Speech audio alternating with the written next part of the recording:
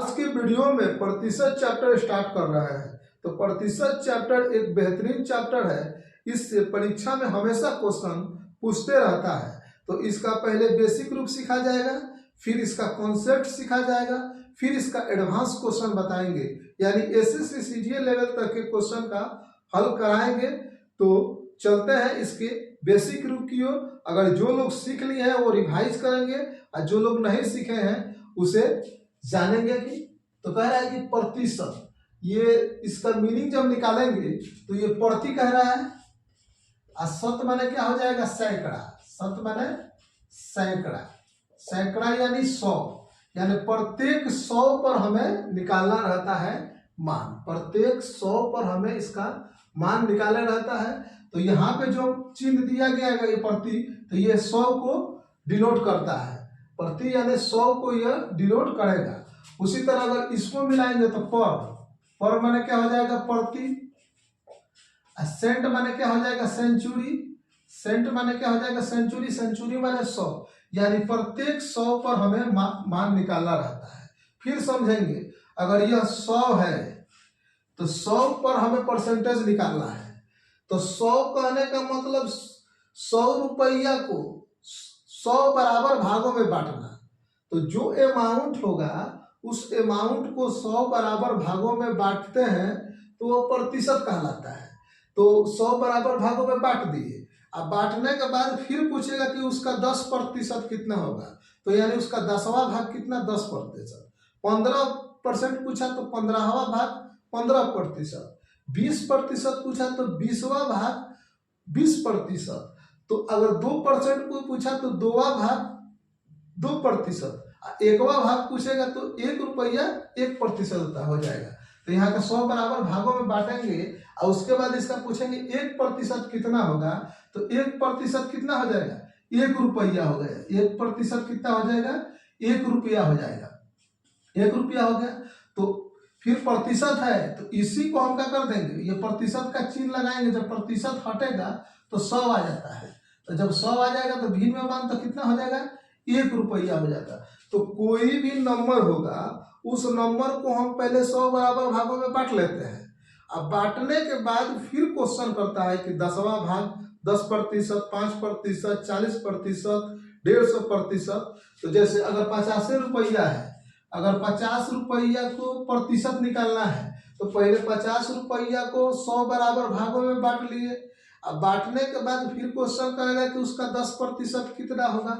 तो जब हम 100 बराबर भागों में बांटेंगे तो यह 50 रुपया हो जाएगा। कितना, 50 पैसा हो जाएगा। जब 100 बराबर भागों में बांटेंगे तो उसका 1% जो होगा, 1% हो जाएगा 50 पैसा। 1% 50 पैसा हो गया। इसी में से पूछ देगा कि उसका 10% कितना होगा। तो 1% 50 पैसा, तो 10% कितना, 5 रुपया हो जाएगा। 10% कितना हो जाएगा, 5 रुपया हो जाएगा। तो हमेशा जानेंगे कि कोई भी अमाउंट होगा उसको पहले 100 बराबर भागों में बांटना ही बांटना होता है। अगर 75 का निकालना है परसेंटेज तो पहले 75 को हम 100 बराबर भाग में बांट लिए। 100 बराबर भागों में बांट लिया। बांटने के बाद उसका फिर पूछेगा कि 20% कितना है, या 30% कितना है, या 40% कितना है। तो तब हम निकालते हैं। तो इसका यूज बड़े पैमाने पे किया जाता है। मान लीजिए कि 100 बराबर, अगर 100 रुपया का 1% 1 रुपया, लेकिन अगर वही 1 करोड़ रुपया का 1% किसी को देना हो तो 1 लाख रुपया हो जाता है, बड़ा अमाउंट हो जाता है। तो यह पैसे को लेन देन में 1%, 2%, 5% का प्रयोग किया जाता है। फिर यह जनसंख्या निकालने में भी इसका प्रयोग किया जाता है, प्राप्तांक में भी इसका प्रयोग किया जाता है। तो इसी टाइप का क्वेश्चन इस चैप्टर में देखने को मिलेगा। तो हमेशा ध्यान रखें कि कोई भी नंबर होगा, अमाउंट होगा या कोई भी प्राप्तांक होगा तो उसका 100 बराबर भागों में बांटेंगे और उसी में से 10%, 20% जो पूछेगा उसको रूल से निकालेंगे। तो हम लोग पहले निकाल कर देखते हैं कि मान लीजिए कि 500 रुपया का अगर हमें 10% निकालना हो, 10% निकालना हो तो जब भाई प्रतिशत हटता है, जब प्रतिशत हटता है तो 100 आ जाता है। तो 100 आ गया, तो यह कट गया तो कितना हो जाएगा 50 रुपया।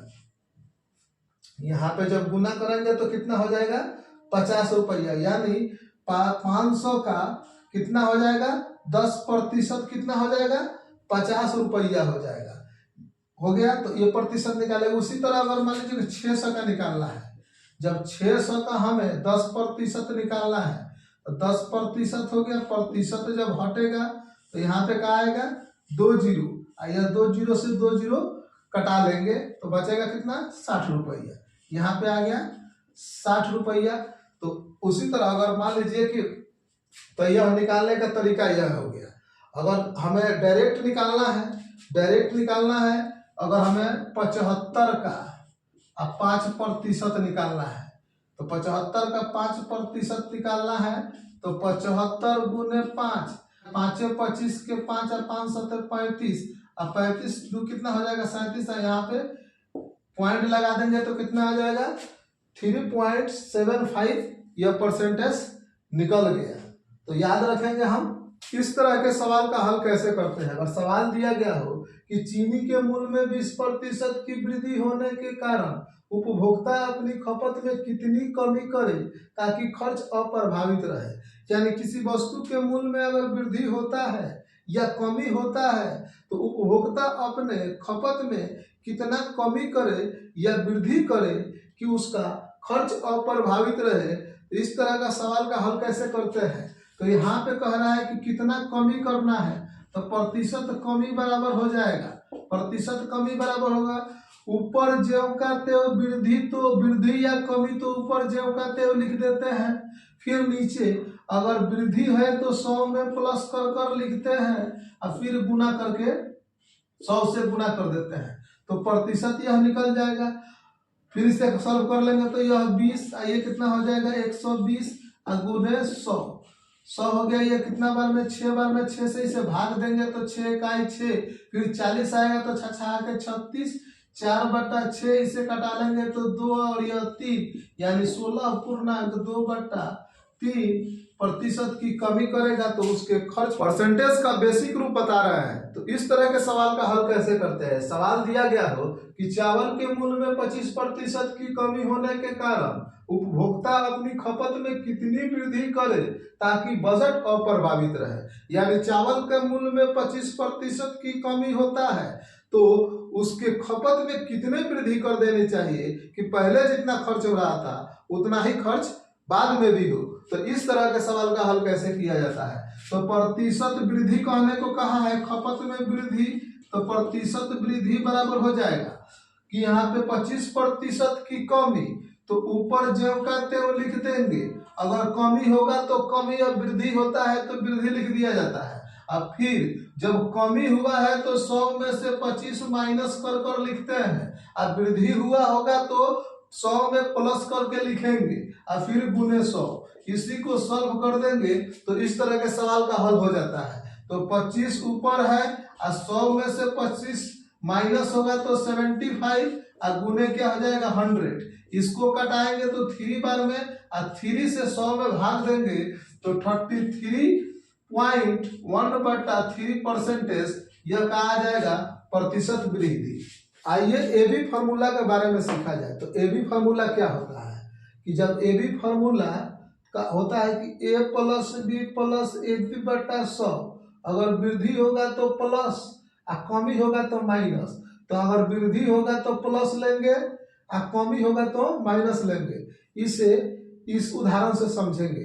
तो अगर हमें खर्च निकालना हो तो खर्च बराबर होता है मूल्य गुने खपत, यानी किसी वस्तु का मूल्य और फिर उसके बाद कि उसका खपत दोनों को गुना करने पर खर्च निकलता है। तो कह रहा है कि अगर किसी वस्तु का मूल्य में वृद्धि हो गया, यानी कोई सामान में अगर वृद्धि हो गई और खपतों में खपत भी ज्यादा हो रहा है तो दोनों का खर्च जो होगा वो ज्यादा हो जाएगा। अब मूल्य में अगर कमी हुई और खपत भी उसका कम हुआ तो खर्च भी क्या हो जाएगा कम हो जाएगा। या मूल्य में अगर वृद्धि हुआ तो खर्च में कमी कर देता है तभी इस पर प्रभाव पड़ता है, या खर्च में वृद्धि हो गया और मूल्य में भी कमी हो गई तभी इस पे खर्च पे प्रभाव पड़ता है। तो इस तरह का क्वेश्चन का हल हम ए बी फार्मूला से करते हैं। जैसे यहाँ पे एक आदमी चावल के मूल्य में 20% की वृद्धि होने के कारण खपत में 10% की कमी कर लेता है, तो खर्च पर प्रभाव ज्ञात करें। तो कह रहा है कि जब चावल के मूल्य में 20% का वृद्धि हो गया और वो 10% अपने खपत में कमी कर लिया, तो कह रहा है कि खर्च पर क्या प्रभाव पड़ा, यानी खर्च पर क्या प्रभाव पड़ा यह हम निकालेंगे। तो खर्च जब हम निकालेंगे तो खर्च बराबर हो जाएगा कि मूल्य में कितना का वृद्धि हुआ है, 20% का। तो वृद्धि तो प्लस अब कमी कितना हो गया है खपत में 10% का, तो -10। तो ये ए हो गया, यह बी हो गया, फिर प्लस और माइनस कितना माइनस, ए बी के जगह पर 20 गुने 10 यहाँ पे हो जाता है, और फिर 100। इसे करेंगे 1 0 से 1 0 1 0 से 1 0, यहाँ पे 10 और 2 10 2 कितना हो जाएगा 12, यानी 20 में से 12 गया तो कितना, यानी 8%, यानी कितना 8% की वृद्धि होगा। उसके मूल्य में कितना प्रतिशत की वृद्धि हो जाएगा, 8% का वृद्धि हो जाएगा। तो इस तरह का सवाल का हल ए बी फार्मूला से किया जाता है। उसी तरह वसूली का भी क्वेश्चन ए बी फार्मूला से किया जाता है। फिर इसका नेक्स्ट क्वेश्चन बताएंगे। परसेंटेज का बेसिक रूप एवं थ्योरी बता रहा है, तो इस तरह के सवाल का हल कैसे करते हैं। सवाल दिया गया हो कि रेल किराया में 20% की कमी होने के कारण यात्रियों की संख्या में 10% की वृद्धि हो जाती है, तो वसूली में प्रभाव ज्ञात करें। यानी किराया यानी भाड़ा अगर 20% की कमी होता है तो यात्रियों की संख्या 10% बढ़ जाती है, यानी पहले जितने व्यक्ति जाते थे उससे ज्यादा यानी 10% ज्यादा व्यक्ति यात्रा कर रहे हैं, तो वसूली जो है कलेक्शन है, इस कलेक्शन पर क्या प्रभाव पड़ेगा यह मालूम करना है। तो इस तरह के सवाल का हल वसूली बराबर हो जाता है।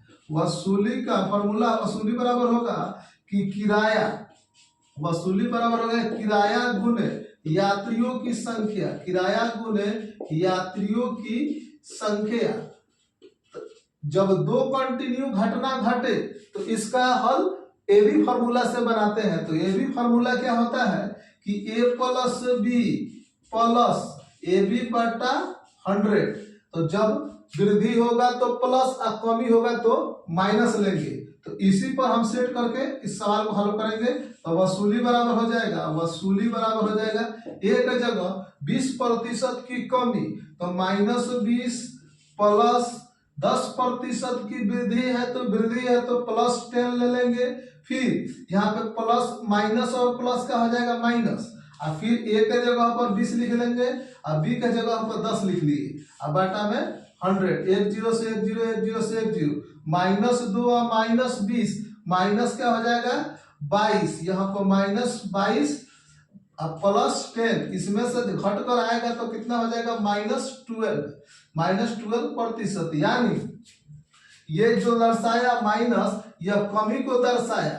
तो 12% की कमी पहले जितना कलेक्शन हो रहा था उससे बाद वाला में 12% की कमी होगा। प्रतिशत का बेसिक एवं थ्योरी करा रहे हैं तो कुछ पॉइंट्स दिया गया है जिसे याद रखने की जरूरत है। तो कह रहा है कि दो कंटिन्यू घटना का परिणाम ए बी फार्मूला से निकालते हैं। अगर सवाल दिया गया हो कि एक व्यापारी अपने वस्तु का मूल्य 20% वृद्धि कर अंकित करता है एवं 10% छूट पर बेचता है तो आय पर प्रभाव ज्ञात करे। तो कह रहा है कि मूल्य पर 20% की वृद्धि करके अंकित कर देता है और फिर उसी पर 10% का छूट दे रहा है। तो यहाँ पे दो कंटिन्यू घटना घट रही है। एक अपने मूल्य पर 20% का वृद्धि करके बढ़ाकर मूल्य अंकित किया और उसी पर 10% का छूट दिया। तो एक बार बढ़ाने का काम किया फिर उसमें 10% घटाने का काम किया। तो यह दो कंटिन्यू घटना है। तो इस तरह के सवाल का हल ए बी फार्मूला से किया जाता है। तो ए बी फार्मूला बराबर होता है A plus B plus A B बटा 100। अगर वृद्धि होगा तो प्लस लेंगे, कमी होगा तो माइनस लेंगे। तो आय हमें निकालना है, आय निकालना है। तो ए के जगह पर यहाँ पे 20% की वृद्धि तो 20 प्लस में और फिर 10% का छूट यानी कमी तो ये -10, हाई प्लस माइनस माइनस हो जाएगा। ए के जगह पर 20 और बी के जगह पर 10 अब बटा कितना 100, 1 0 से 1 0 1 0, यहाँ -10 और -2 -12, अब +20 में से -12 जाएगा तो 8 + 8 आएगा, 8% की क्या हो जाएगा, वृद्धि हो जाएगा। यानी पहले जितना आय था उसमें 8% और आय बढ़ जाएगा।